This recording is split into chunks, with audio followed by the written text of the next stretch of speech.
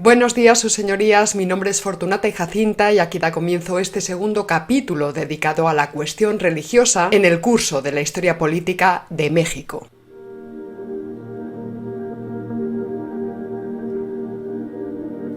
Terminábamos el programa anterior viendo cómo entre 1846 y 1848 los Estados Unidos de Norteamérica en su primera guerra imperialista acudieron presurosos al despojo de la capa basal de los recién configurados Estados Unidos mexicanos, logrando arrebatarle más de la mitad del territorio que otrora formó parte del Imperio español.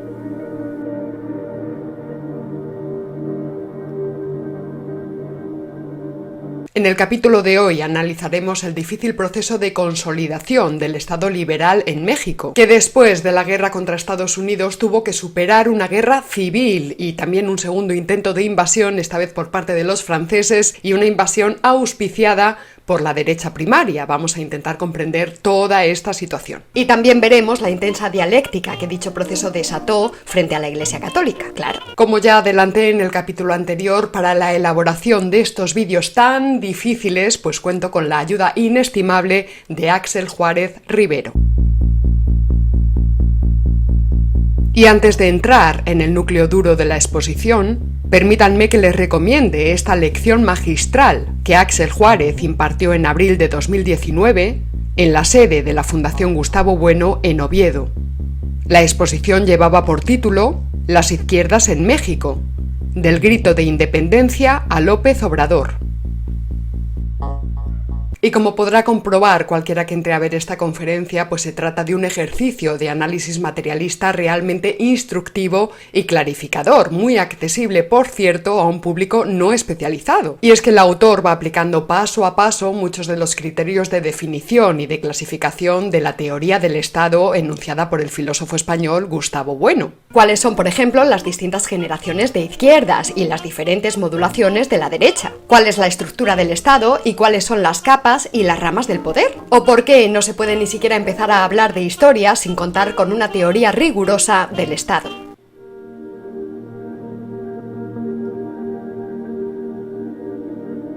Y todo ello aplicado, como digo, no sobre el plano abstracto, meramente especulativo de la teoría política, sino ejercitado, aplicado sobre los fenómenos políticos reales de un Estado, el mexicano, que intentaba consolidarse tras el traumático proceso de secesión del Imperio español.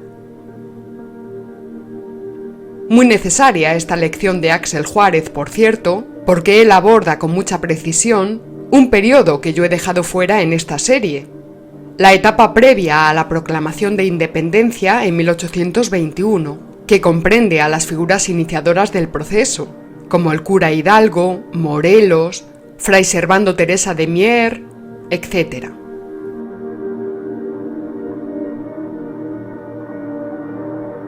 Muy recomendable también para poder suplir muchos de los detalles históricos que lamentablemente yo no podré abordar en estos capítulos. En la caja de descripción de YouTube les dejo el enlace a esta magnífica y entretenidísima exposición de Axel Juárez Rivero. Y les invito a ver también la parte final del debate, donde los asistentes plantean objeciones y comentarios adicionales. Ahí queda claro por qué la Escuela de Filosofía de Oviedo funciona como una escuela de filosofía en sentido estricto. Y ahora retomemos el asunto que hoy nos convoca. Vimos en el capítulo anterior las enormes dificultades que el incipiente Estado mexicano pues fue encontrando en su camino, en el camino hacia su consolidación política, una vez secesionada la Nueva España del Imperio Español. Baste aportar como dato esclarecedor que solamente entre 1820 y 1854, es decir, en apenas 34 años, hubo más de 50 presidentes en México.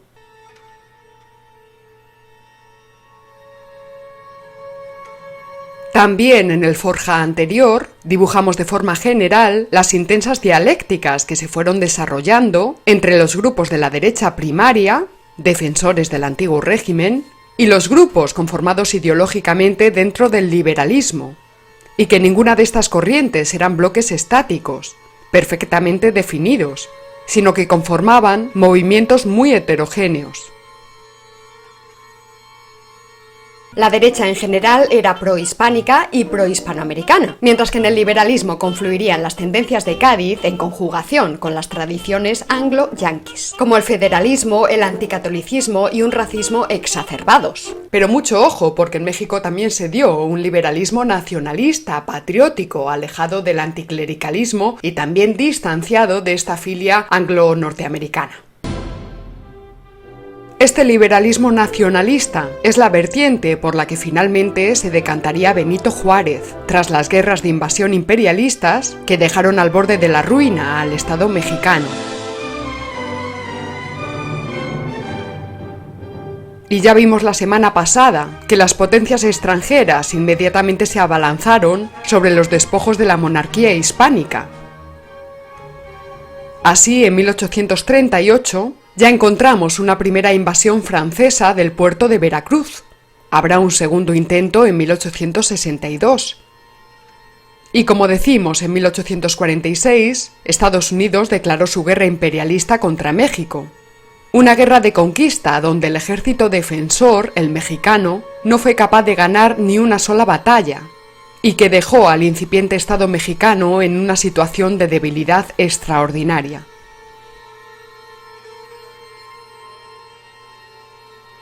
En la entrega de hoy me centraré en el proceso de transformación del Estado mexicano en nación política, el proyecto liberal que tras tremendos avatares culminaría Benito Juárez en 1857.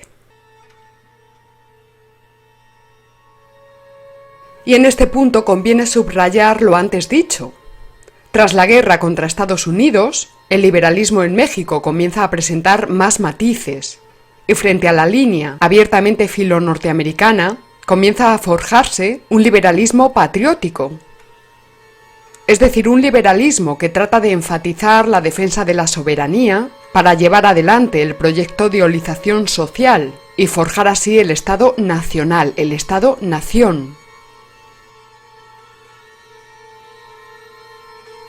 Es decir, estos grupos luchaban por la configuración de México como nación en sentido político. Y no hay que olvidar que una cosa es el Estado y otra cosa es la nación en sentido político. Es decir, antes de la Revolución Francesa ya existía el Estado francés, pero solo se puede hablar de nación en sentido político a partir del proceso de olización que tiene lugar durante la Revolución Francesa. Esto habría que cantárselo a nuestros separatistas catalanes, ¿verdad?, que dicen que Cataluña ya era nación política en el siglo XII. En definitiva, los planes y programas de estos liberales nacionalistas mexicanos pretendían llevar a cabo el proceso de olización de la sociedad política. Olización definida por Gustavo Bueno como el proceso de transformación de las partes anatómicas de la sociedad del antiguo régimen, los estamentos, los gremios, los fueros del clero y del ejército, etc., en sus partes atómicas. Los átomos, los ciudadanos, todos iguales ante la ley.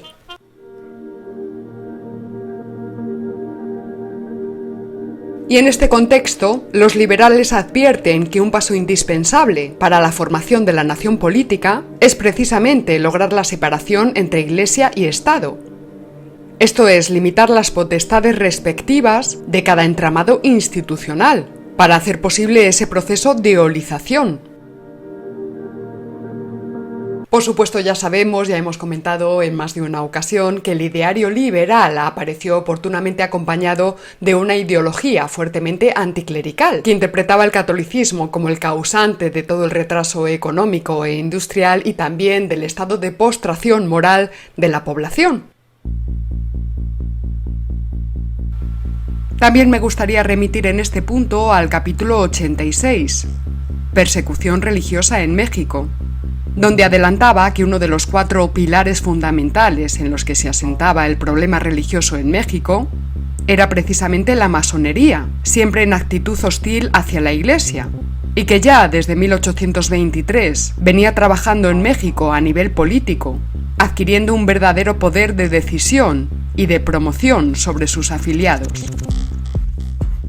Los masones empiezan a tomar cierta importancia para organizar a los hombres públicos en logias, y estas logias se convierten en institutos y en formas de hacer política y presión política. Entonces, si nosotros hacemos un rastreo de buena parte de los políticos mexicanos a lo largo del siglo XX, del XIX, desde la independencia hasta el porfiriato, encontramos que alrededor de un 90% son masones.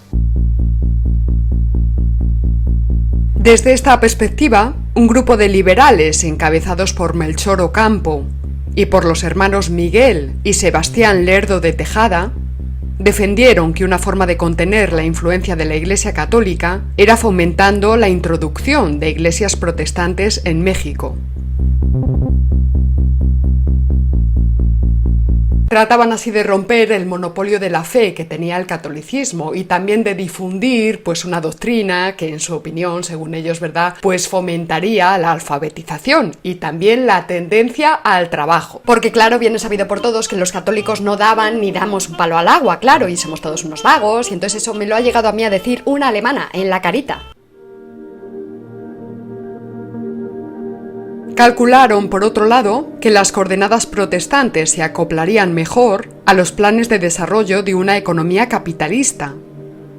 Planes donde también aparecían como un obstáculo las propiedades del clero y las tierras comunales. Sin embargo, las urgencias para luchar por la eutaxia del Estado, es decir, por la propia conservación del Estado mexicano, pues minimizaron estas tendencias protestantizantes que finalmente no lograron consolidarse. Fue justo tras la guerra contra Estados Unidos cuando tuvo lugar un momento decisivo en lo relativo a la cuestión religiosa. Es lo que la historiografía mexicana denominó la Reforma. Y voy a insistir en este punto porque luego en el foro se comenta y no siempre puedo estar ahí para puntualizar, pero bueno, quiero insistir en este punto que todos estos procesos, la cuestión de la separación entre el Estado y la Iglesia y también el proceso de iolización de la sociedad, no implica desde nuestra perspectiva filosófica, que ya saben que es atea católica, pues no implica de ninguna manera lanzarse en los brazos de un anticlericalismo grosero o peor aún, de un anticatolicismo. Tampoco se trata de condenar moralmente al liberalismo, ni de acusar de todos los males a la derecha primaria o a la Iglesia. Tan ridículo es decir que el liberalismo es un error como decir, qué sé yo, que el sedentarismo fue un error o que el neolítico fue un error. Tan ridículo es decir que la culpa de todo la tuvieron los romanos como decir que la culpa de todo la tuvieron los españoles. Tan inútil es decir, de cara a un análisis, que el Imperio Español fue un error como decir que las llamadas independencias hispanoamericanas fueron un error. Nuestra tarea es intentar comprender por qué y cómo se fueron desarrollando esos procesos históricos. Procesos complejos en que las estructuras políticas se fueron ajustando y desarrollando con muchísima dificultad. Es decir, lo que tenemos delante es el peso de la política real y sobre todo es el peso de la historia, el peso de la historia.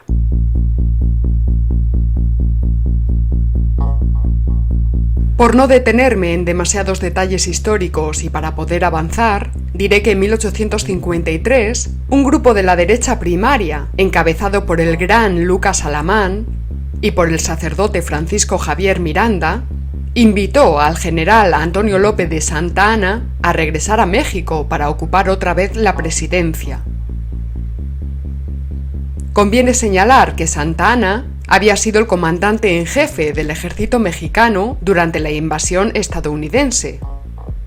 Un militar cuya improvisación, desorganización o mala fe contribuyó a la derrota de los mexicanos y que tras el fracaso militar había salido del país en 1848.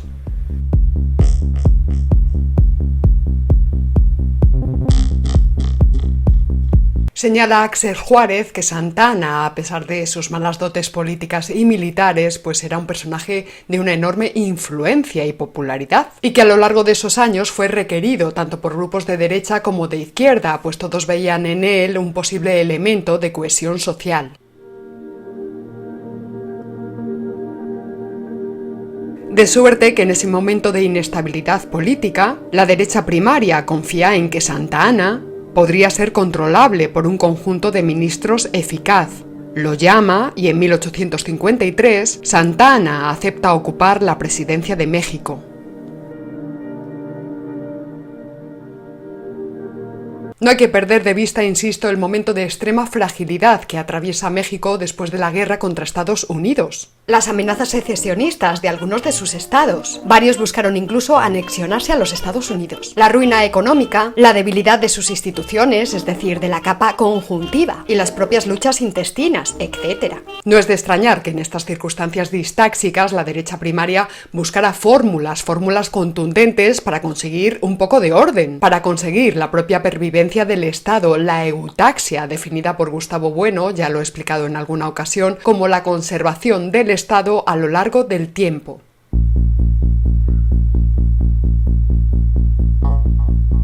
Sin embargo, ese mismo año de 1853 muere Lucas Alamán, político de una talla extraordinaria, y Santa Anna, ya sin contención política, proyecta la instauración de una dictadura, emitiendo un decreto que ratificaba sus poderes dictatoriales y le otorgaba el tratamiento de Alteza Serenísima. La situación no resiste más cuando Santa Anna vende a los norteamericanos el territorio de la Mesilla. Y en 1854 estalla contra su gobierno la Revolución de Ayutla, que es apoyada por partidarios del liberalismo de diversas tendencias, entre ellos Ignacio Comonfort y Benito Juárez.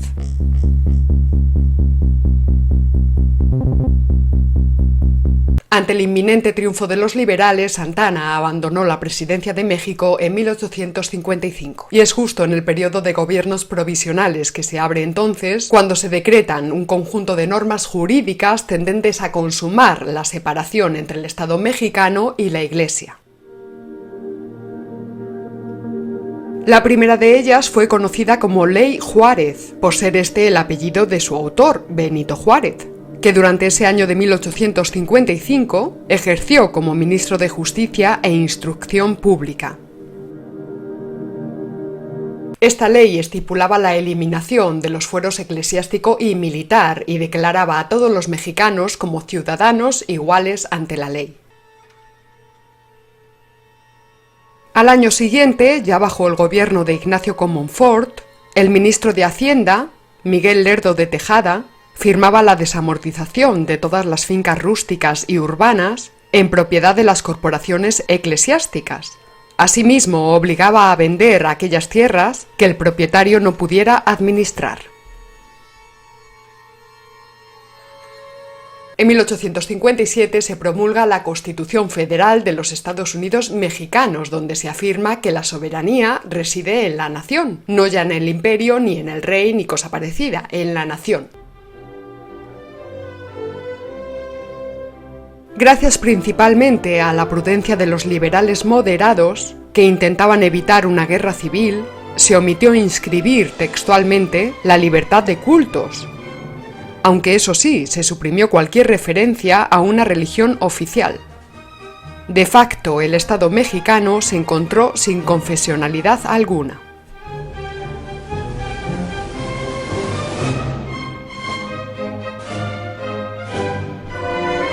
La Iglesia, como pueden ustedes imaginar, respondió de forma rotunda, condenando la Constitución y amenazando de excomunión a todos los funcionarios públicos que jurasen la nueva ley. Meses más tarde se sancionó la llamada Ley Iglesias, que prohibía el cobro obligatorio de las subvenciones parroquiales, de los derechos por servicios religiosos y el diezmo. Es decir, la Iglesia solo podría recoger lo que voluntariamente donara la feligresía. La derecha primaria, junto a la jerarquía eclesiástica mexicana, sintetizaron su ideario de forma literal: religión y fueros. La presión, como pueden imaginar, era creciente. Y aquí entra otro interesante personaje de la época, Félix Zuloaga, militar que junto a un grupo de la derecha primaria proclamarán el Plan de Tacubaya, con la intención de derogar la Constitución de 1857 y convocar a un nuevo Congreso para formular y expedir otra. Así, el 17 de diciembre de 1857, los ideólogos del Plan de Tacubaya manifestaron lo siguiente, abrimos comillas: considerando que la mayoría del pueblo no quedó satisfecha con la Constitución de 1857, y que el país debe regirse por leyes acordes con sus usos y costumbres, a partir de esta fecha cesa de regir la Constitución. Y atención, porque a este plan se adhirió el propio presidente Comonfort, que ya había disuelto el Congreso y que también había encarcelado ya a algunos liberales, incluido a Benito Juárez. Es decir, el golpe de Estado se produce cuando Comonfort, presidente constitucional por la parte del liberalismo moderado, se alía con la derecha primaria para acabar con la misma Constitución que bajo su firma se había promulgado. Por su parte, la Iglesia se niega a administrar los sacramentos a aquellos que no se pronuncien públicamente a favor de este plan de Tacubaya, es decir, la cosa está calentita. Un tiempo más tarde, y considerando que el presidente Comonfort vacila en relación a los planes de Tacubaya, los alzados dictaminan lo siguiente, se abren comillas. Se elimina al excelentísimo señor Comonfort del mando supremo de la nación, y se proclama como general en jefe del ejército regenerador al señor general don Félix Zuloaga, quien está decidido a salvar a la patria, conservando su religión, la incolumnidad del ejército y las garantías de los mexicanos. Cerramos comillas. Comonfort es obligado a renunciar y entonces Juárez, que por ministerio de ley pues estaba llamado a suplir al jefe del Estado, asume la presidencia interina de la República Mexicana. En consecuencia, se establecen dos gobiernos paralelos, uno liberal, encabezado por Juárez y que desde Guanajuato defendía el orden constitucional vigente, y otro liderado por la derecha primaria, dirigido por Zuloaga desde la capital y que había derogado algunas de las reformas liberales. Estalla, por tanto, la guerra civil, la llamada Guerra de Reforma, que puede ser considerada como la auténtica revolución liberal en México, y que duraría hasta 1861. Sin entrar en matices, diré que las fuerzas de la derecha fueron arrinconando a las liberales, lideradas por Benito Juárez, quien terminó resistiendo en Veracruz, junto a las milicias nacionales.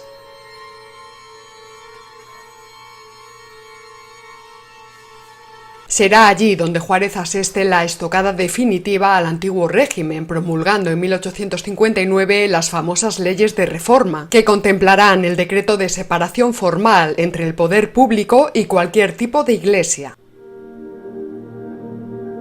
También se decretará la ley de nacionalización de los bienes del clero, la ley del matrimonio civil, la ley orgánica del registro civil, la secularización de los cementerios, y la suspensión de las festividades religiosas, estableciendo un calendario oficial que respetaba, eso sí, el 12 de diciembre, el día de Nuestra Señora de Guadalupe. Unos meses más tarde, en 1860, las leyes de reforma de Benito Juárez se ampliaron con la Ley para la Libertad de Cultos y para la exclaustración de las órdenes religiosas. Y en este punto la guerra entre los liberales y la derecha primaria, que está aliada con la Iglesia, pues entra en una recta final, ya que rápidamente la dialéctica de clases interna pues se ve completamente desbordada por la dialéctica de estados, verán. La razón fue que la derecha primaria retomó su proyecto monarquista, apelando a la intervención de potencias extranjeras con una idea clara: encontrar un titular europeo, un príncipe católico que pudiera representar un régimen monárquico táxico, capaz de imponer cierto orden entre tanto jaleo. De esta manera, Miguel Miramón, que había sido designado presidente por los del plan de Tacubaya, clama el apoyo de España y de otras potencias europeas, entre ellas la de los franceses. Por su parte, Benito Juárez, acorralado, entra en acuerdos con Estados Unidos.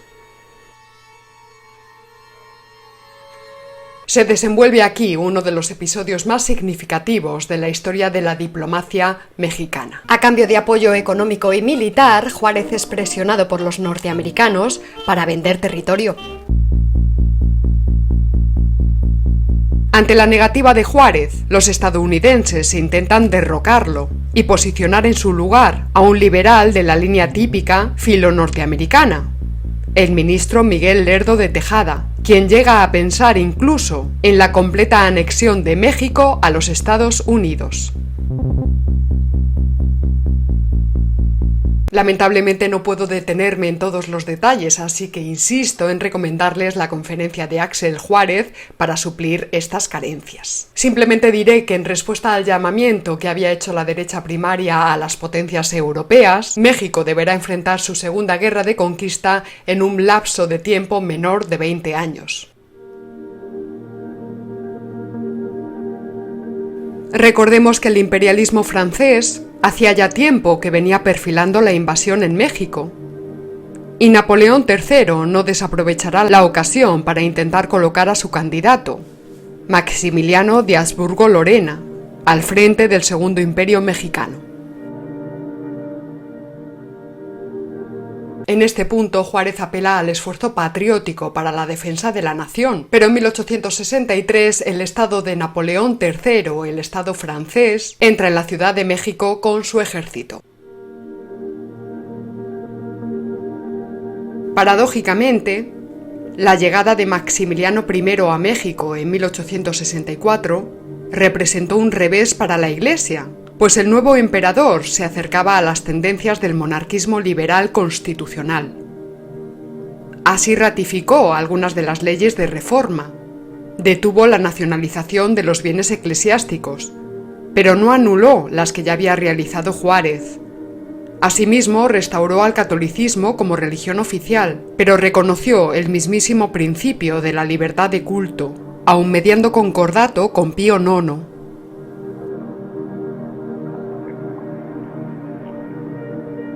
Como era previsible, la jerarquía eclesiástica mexicana explotó contra Maximiliano I. El pobre estaba condenado, ya no lo querían ni los unos ni los otros, pues los liberales patriotas de Juárez lo consideraban un invasor.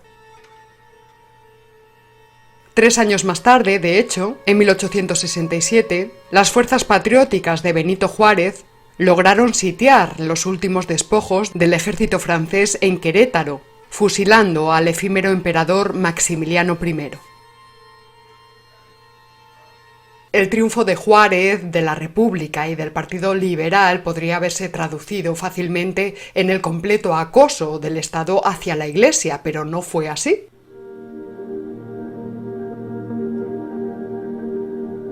El presidente Juárez pugnó por la conciliación, añadiendo una serie de reformas a la Constitución, la reinstauración del Senado y la rehabilitación electoral del clero, esto es, otorgó el derecho al voto a los sacerdotes.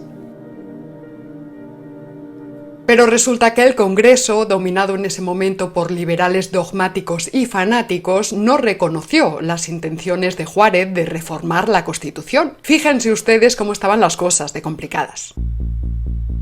Aquí hay que señalar un matiz muy interesante, y es que las obras escritas y las decisiones políticas de Juárez siempre estuvieron articuladas en función de la dialéctica de estados, una perspectiva que le permitió apartarse de los sectores dogmatizados de la facción liberal.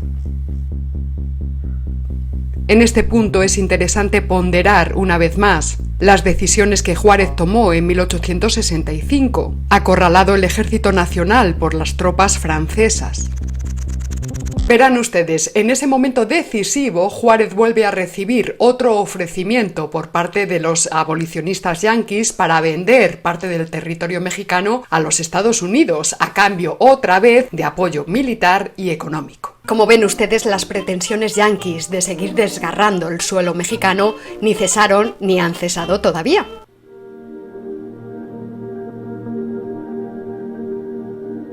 Este es un fragmento de la contestación que dio Juárez a su ministro en Washington, Matías Romero, en carta fechada el 26 de enero de 1865, abrimos comillas.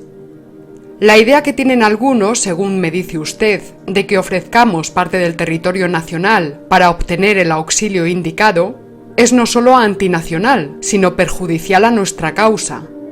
Que el enemigo nos venza y nos robe, si tal es nuestro destino, pero nosotros no debemos legalizar ese atentado, entregándole voluntariamente lo que nos exige por la fuerza.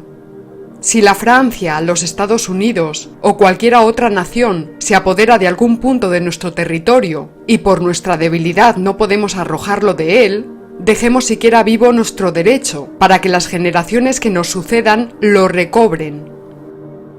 Yo invitaría a aquellos que en España pues simpatizan con las demandas separatistas, ¿verdad?, a que escuchasen con atención lo siguiente que decía Juárez en su carta.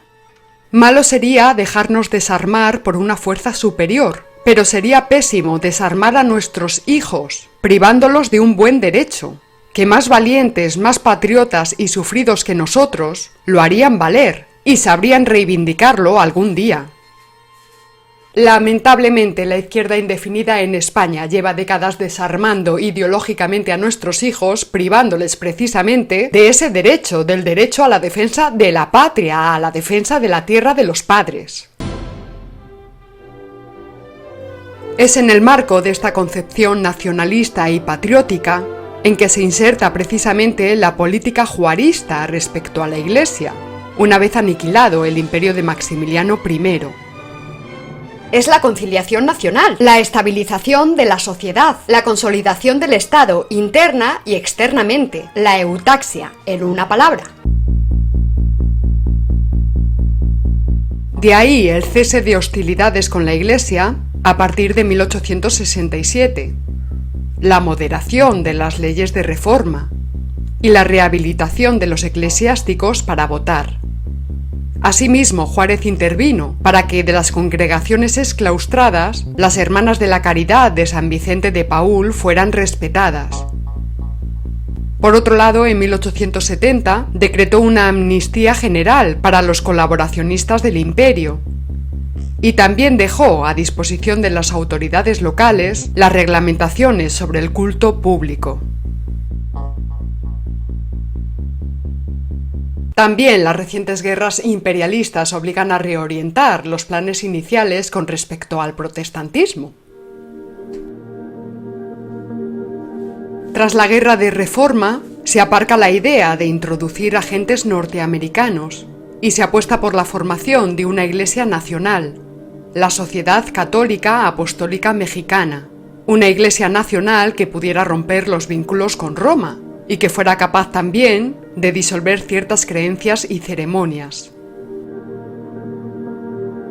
Se contaba para ello con el apoyo de ciertos sacerdotes, reformistas y proliberales. Sin embargo, ningún obispo apoyó el intento y por tanto el proyecto de una Iglesia Nacional Mexicana fracasó. Benito Juárez asumió en este contexto una posición matizada. Puesto que ya se había logrado la separación formal y efectiva entre Iglesia y Estado, la intención ya no era la supresión y el combate frontal al catolicismo, sino normalizar las relaciones y la vida social. En definitiva, ¿cómo entender la obra de Juárez y las leyes de reforma en relación a la Iglesia? Como ya hemos señalado, Juárez termina asumiendo un liberalismo nacionalista, patriótico, ya alejado de la filia anglo-yanqui y distanciado también de las posiciones anticlericales radicales. Tras medio siglo de profunda desestabilización, se presentan por fin las condiciones para llevar a cabo el proyecto de eolización de la sociedad política mexicana. Desestructuración del antiguo régimen, liquidación de la derecha primaria, que había elegido el camino de la intervención extranjera europea, limitación de los poderes de la Iglesia, que se resistía a perder sus fueros y privilegios estamentales, y apertura de la vía política para tratar de incorporar a los pueblos indígenas en el cuerpo nacional. Conjuntos demográficos que tras las secesiones hispanoamericanas fueron sustraídos del incipiente cuerpo social. En definitiva, y ya para ir cerrando este capítulo, Benito Juárez es la figura histórica que consolida el Estado Nacional mexicano. Aún más, garantiza su eutaxia, su existencia como entidad política soberana e independiente, con fortaleza y con capacidad de organización suficiente como para sacar adelante a un país devastado y también asediado por las ambiciones imperialistas de Francia y de Estados Unidos.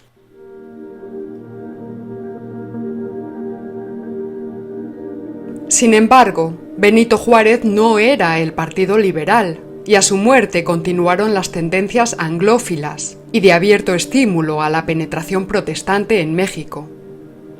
Lo que vendría inmediatamente tras su muerte sería el largo gobierno de Porfirio Díaz, el periodo conocido como Porfiriato, que representa claramente la transformación de la izquierda liberal mexicana en derecha liberal.